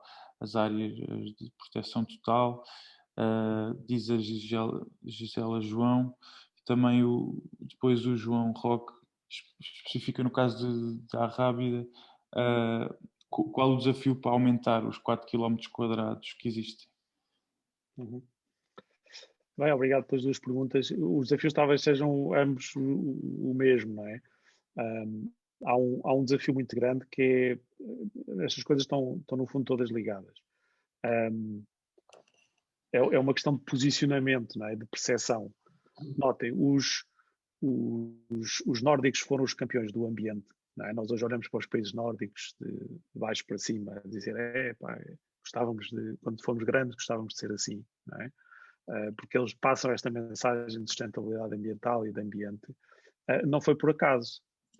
Foi porque, a seguir à Grande Guerra, onde não tinham, inclusivamente, muitas soluções económicas à sua disposição, apostaram na economia do ambiente e apostaram na educação. Portanto, criaram uma geração completamente alerta para os problemas ambientais, atrás da qual veio tudo o resto. Vieram as Volvos, vieram os IKEAs, vieram toda a indústria da sustentabilidade, não é? E hoje são vistos como exemplos dessa mesma sustentabilidade na área ambiental. Eu não estou a dizer que essa sustentabilidade é toda igual, que não é, mas isso é um assunto mais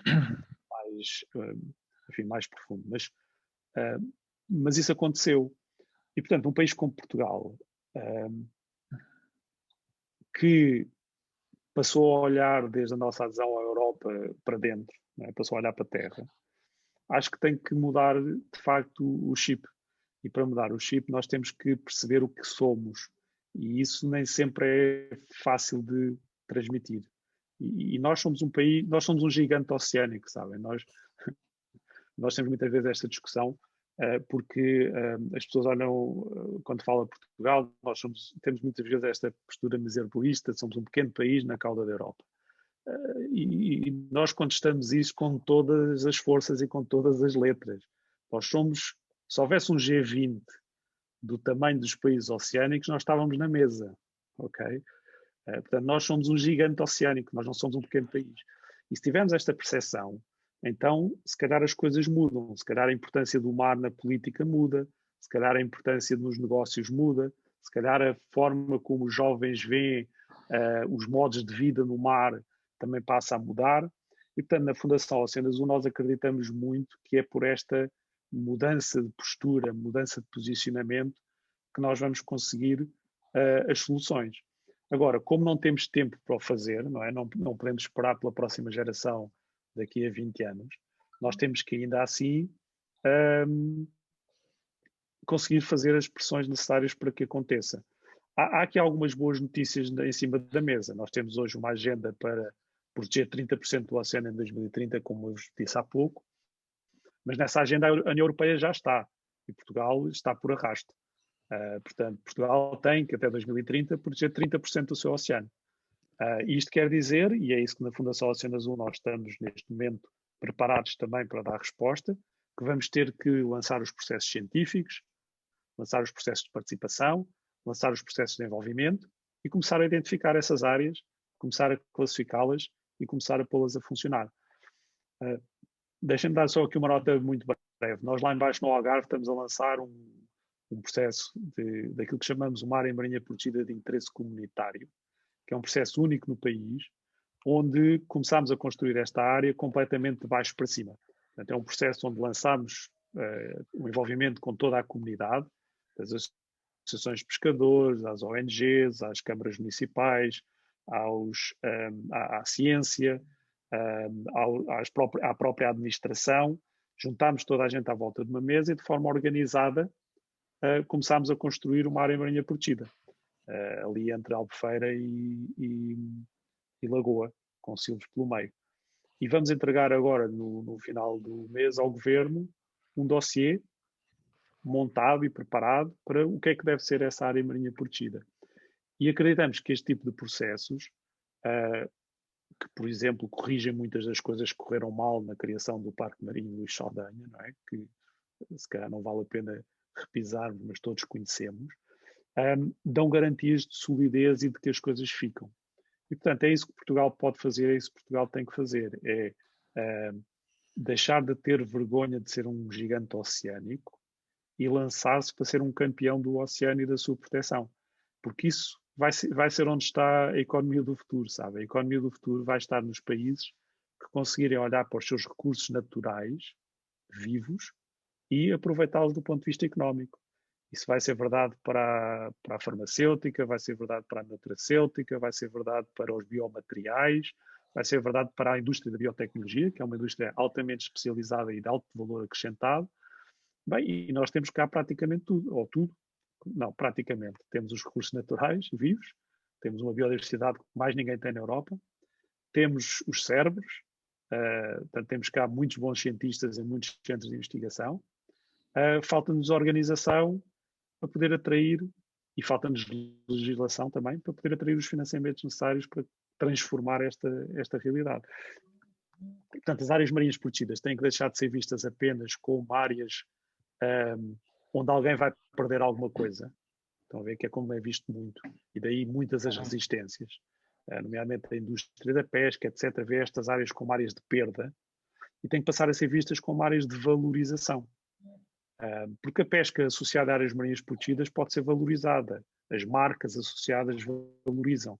Estão a ver a forma, o preço que os recursos podem ser disponibilizados valorizam.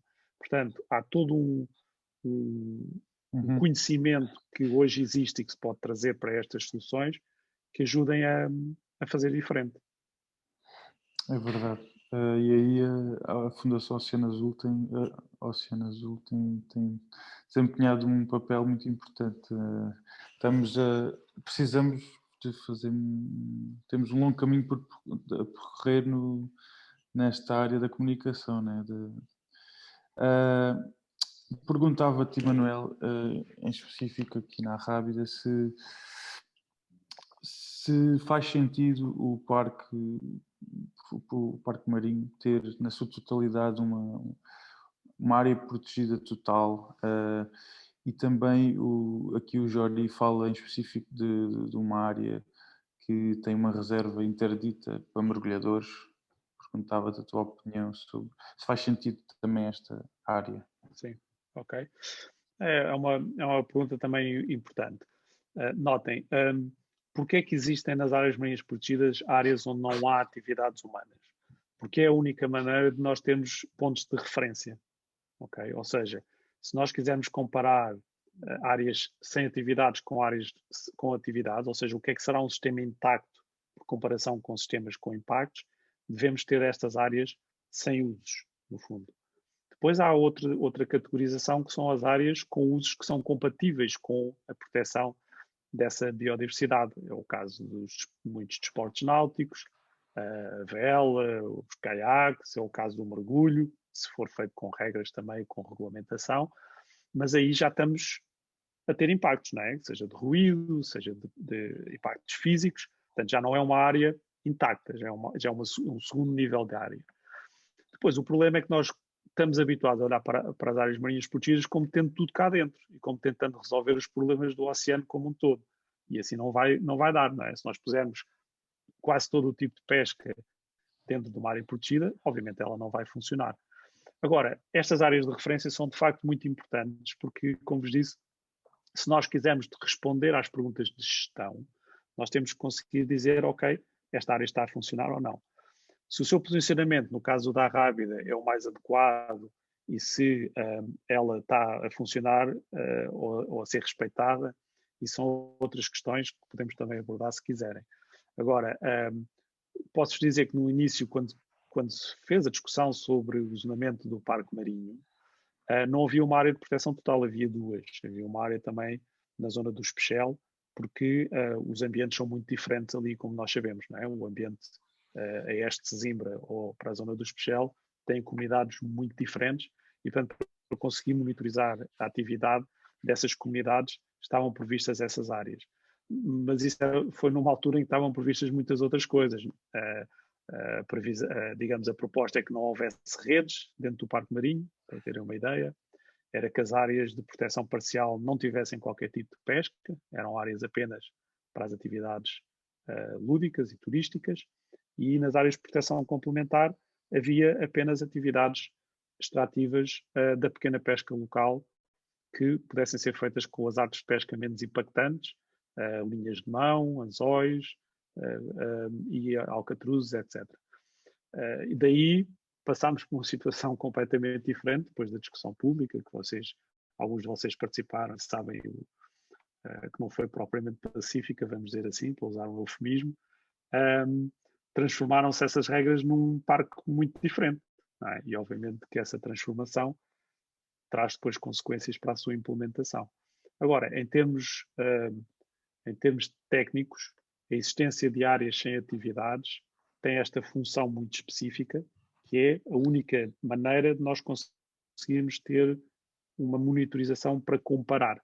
Ter um sistema que diz, ok, isto é o que é expectável que aconteça na ausência de impactos, a ausência é sempre entre parênteses, não é? Mas pronto, com o mínimo de impactos possíveis, e vamos agora ver se as outras áreas estão ou não correspondentemente a funcionar de forma adequada. Portanto, se quiserem, na prática, aquilo que deveria acontecer nas áreas de proteção parcial, se quiserem, seria essa tal não existência de atividades extrativas, que permitiria que essas áreas fossem o mais próximas destas áreas de referência, para nós termos aqui um gradiente de níveis. Aqui no caso do Parque Marinho não temos, passamos de uma área de proteção total logo para uma área onde, para além das atividades não extrativas, existem também, como sabemos, muitas atividades extrativas, o que obviamente faz com que estas áreas funcionem de forma mais eficiente. Muito bem, obrigado de novo pela resposta. Temos já muito pouco tempo para mais perguntas. Vamos ter mais uma, duas, ok. O João Roque pergunta qual é a tua opinião sobre um conceito que começa a ser proposto, o de áreas marinhas protegidas dinâmicas, em que em vez de critérios, sobretudo geográficos, são definidos com base há critérios com base no comportamento, deslocações, migrações de espécies a proteger. Isto não substitui a proteção de base geográfica, mas é um conceito válido? Será execuível? Sim. É um conceito interessante, não está testado, mas é um conceito interessante e tem muito a ver com este facto que eu aqui vos mostrei, das espécies estarem a mexer-se, não é? Porque nós pomos estas áreas marinhas protegidas num sítio, mas depois os peixes não querem saber se ali está uma área marinha protegida ou não. Eles vão reagir aos fatores ambientais e vão se movimentar. E, portanto, como eu disse há pouco, o que Portugal precisa de facto é de uma rede de áreas marinhas protegidas. E esta rede tem que ser ecologicamente funcional, ou seja, elas têm que selecionar os ambientes adequados, mas depois têm que permitir os fluxos, têm que permitir que as espécies passem de um sítio para o outro e que, no fundo, funcionem em rede, porque cada área vai ter o seu papel nessa mesma rede. Essas áreas dinâmicas têm muitas vezes um papel diferente, ou para corredores, por exemplo, para garantir que se as espécies estão a passar de um sítio para o outro, há ali uma determinada proteção em corredores, e, portanto, esses corredores podem ser ajustados de acordo com a época do ano, de acordo com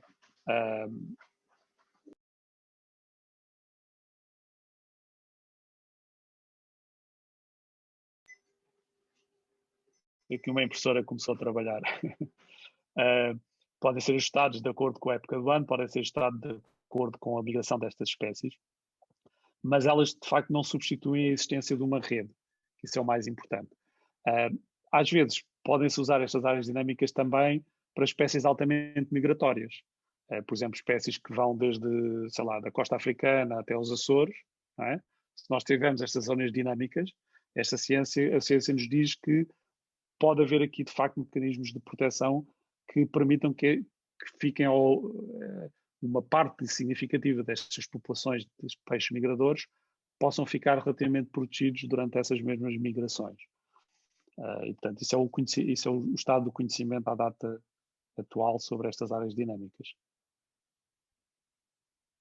Muito bem, obrigado, Manuel. Vamos para a última pergunta. Mariana Belo pergunta especificamente das pradarias do Portinho da Arrábida que falaste.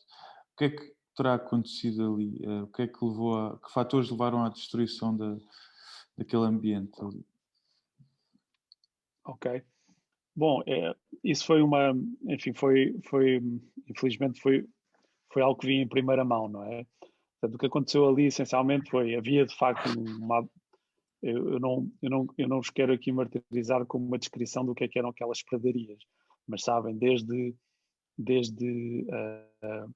pilhas de santolas que se acumulavam em determinadas alturas do ano, até às raias que ali iam largar os seus ovos, a abundância de choques que era completamente fora do comum, porque muitas vezes também utilizam estas pradarias.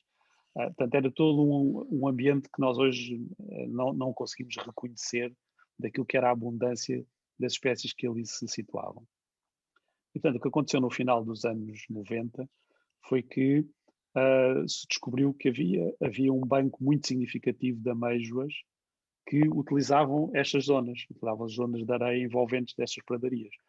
Elas começaram a ser capturadas de uma forma artesanal, começaram a ser capturadas por pequenas embarcações com umas ganchorras de mão, que são têm uma vara enorme com uma ganchorra na ponta e que o pescador vai arrastando, digamos assim, e vai trazendo.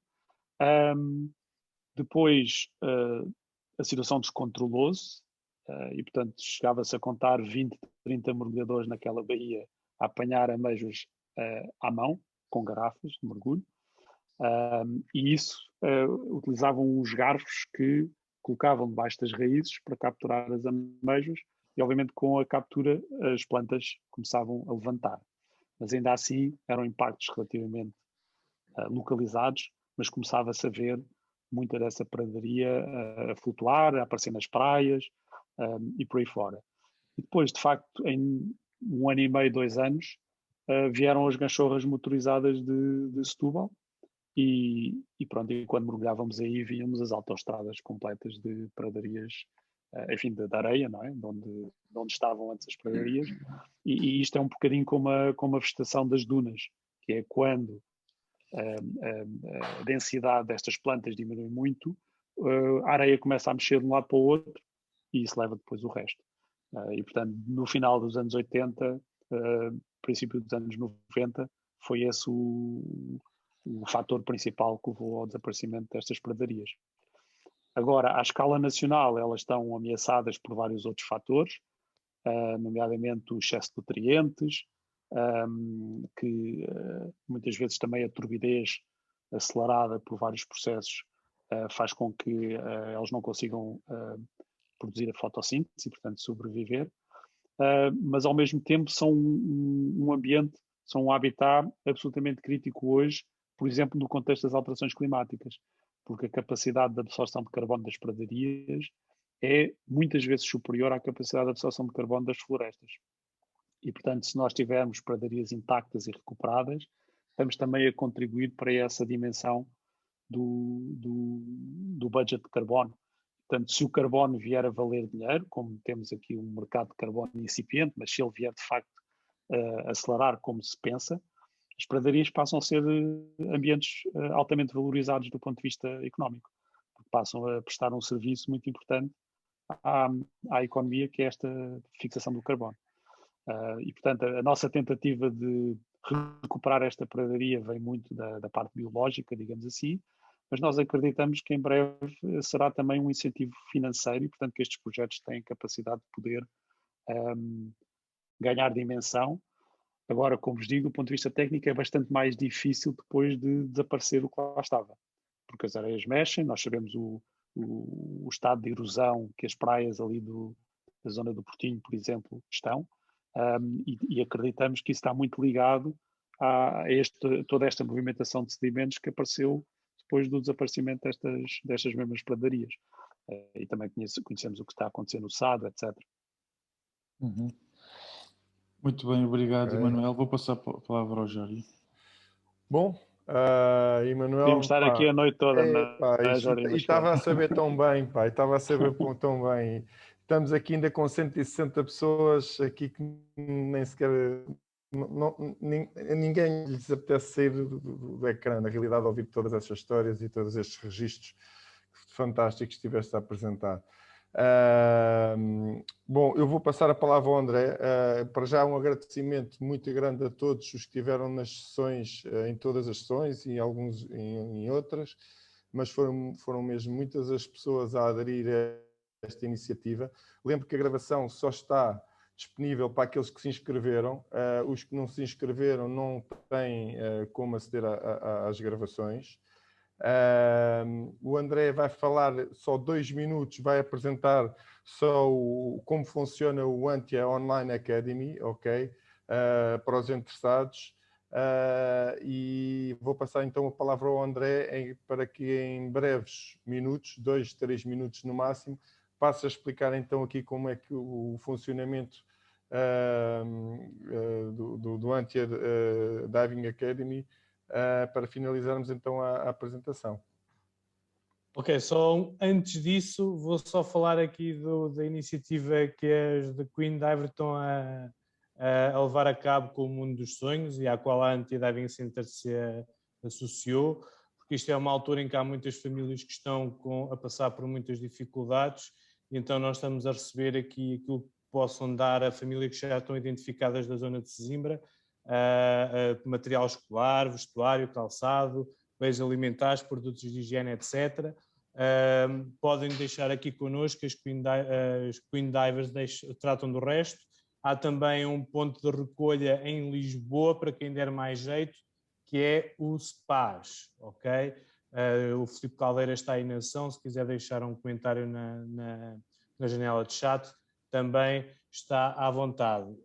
Em relação à Antia Online Academy, isto foi uma ideia que surgiu também com base em algumas sugestões de pessoal que esteve nas jornadas de ecologia marinha.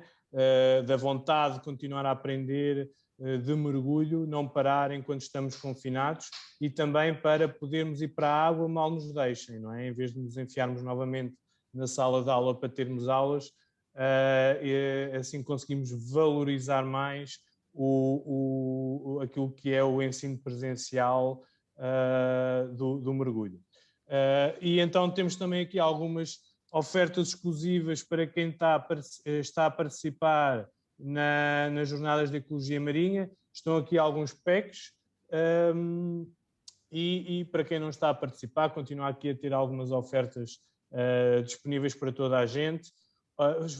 Foi hoje que fizemos um post no Facebook com o link para o formulário de inscrição na Ante-Online Academy, que a inscrição na academia é gratuita, ok? E a partir daí podemos discutir as melhores soluções para prosseguir, seja para mergulhadores certificados ou para pessoas que ainda estão à procura da primeira experiência de mergulho, ok? Eu já estou a ver aqui que o Caldeira já deixou uma nota do e-mail para deixar as doações. Ok, Sérgio, desculpa. Onde vão colocar estas informações? Sérgio, nós já fizemos hoje um post no Facebook, eu vou escrever aqui o link, ou o Pedro vai colocar o link do post do Facebook, que tem o link para o formulário de inscrição na academia, está bem? E assim nós depois podemos ir falando, ok? Se tiverem algumas dúvidas, podem colocar agora rapidamente e eu tento responder àquilo que for possível. Caso contrário, podem me enviar um e-mail para activities@antidiving.com. José Paz perguntou: o React Right e o Rescue têm quantos mergulhos?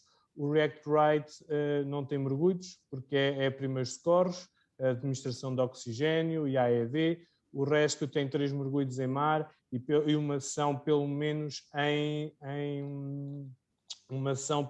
em águas confinadas, ok? O Alexandre Ruivo pergunta: tenho roupa de criança para dar, contacto para o mail do SPAS então, certo? Se tiver mais jeito de entregar em Lisboa, podes entregar no SPAS. Se estiveres mais perto aqui de Sesimbra, podes deixar aqui na Antia. Nós estamos cá todos os dias. A Antia está fechada, mas nós estamos cá todos os dias para vos receber, ok? O Pedro já deixou aqui o link.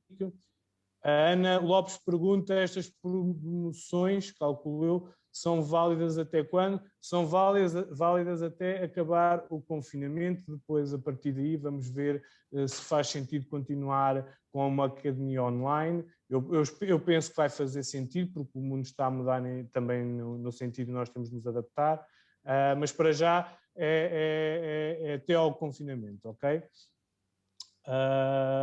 O Filipe Caldeira do SPAS deixou também aqui o número de telefone. Estejam à vontade para entrar em contato com ele. Tenho aqui também um comentário. Bem, eu vou ter de ler isto com mais atenção. Ok. Mas nós vamos fazer um sorteio pessoal de 10 certificações de Nitrox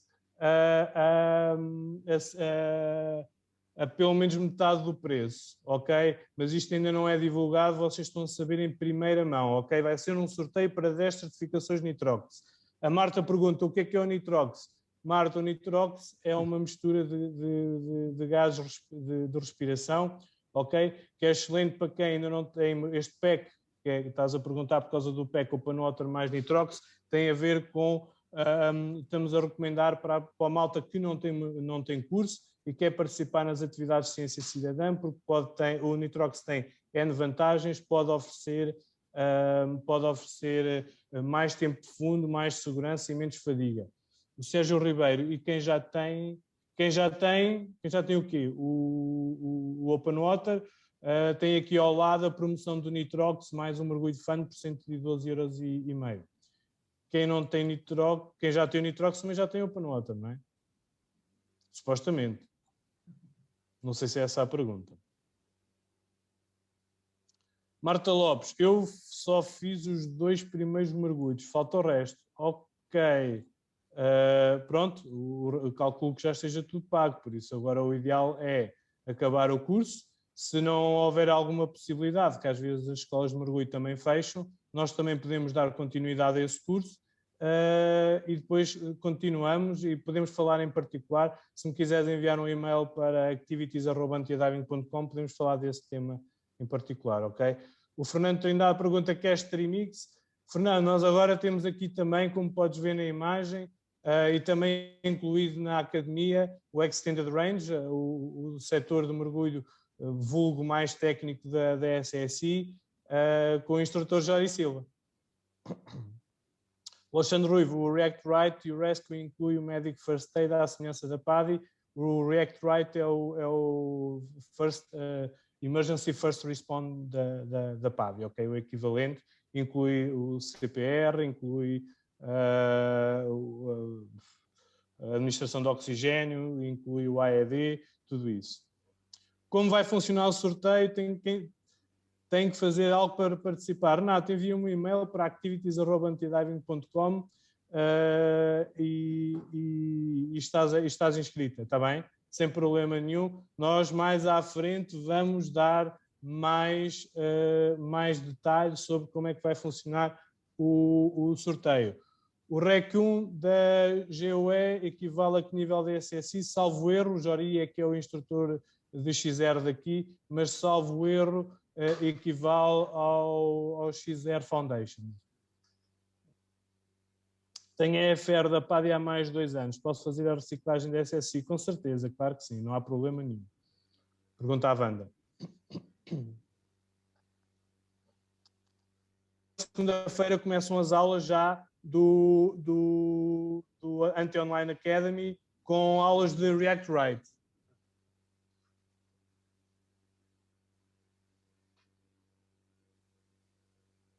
Bom, se não havendo mais perguntas, vou passar para o Jori para dar como concluída a sessão, sem antes referir que vocês já estão a receber após cada sessão um formulário de feedback, ok? Um formulário de feedback para nos ajudarem a melhorar. Vão receber mais um para esta sessão e vão receber mais um para o evento como um todo, ok? Esse vai ser particularmente importante. Nós queremos,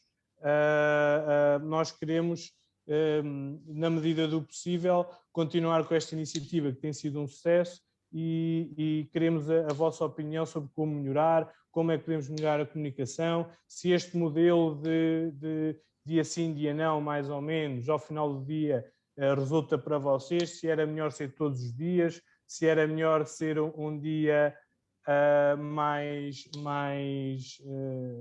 mais intenso ou não. Estão-me aqui a dizer que o REC 1 da GOE equivale ao mergulhador recreativo nível 2 pelas normas ISO europeias, que é o Open Water, ok?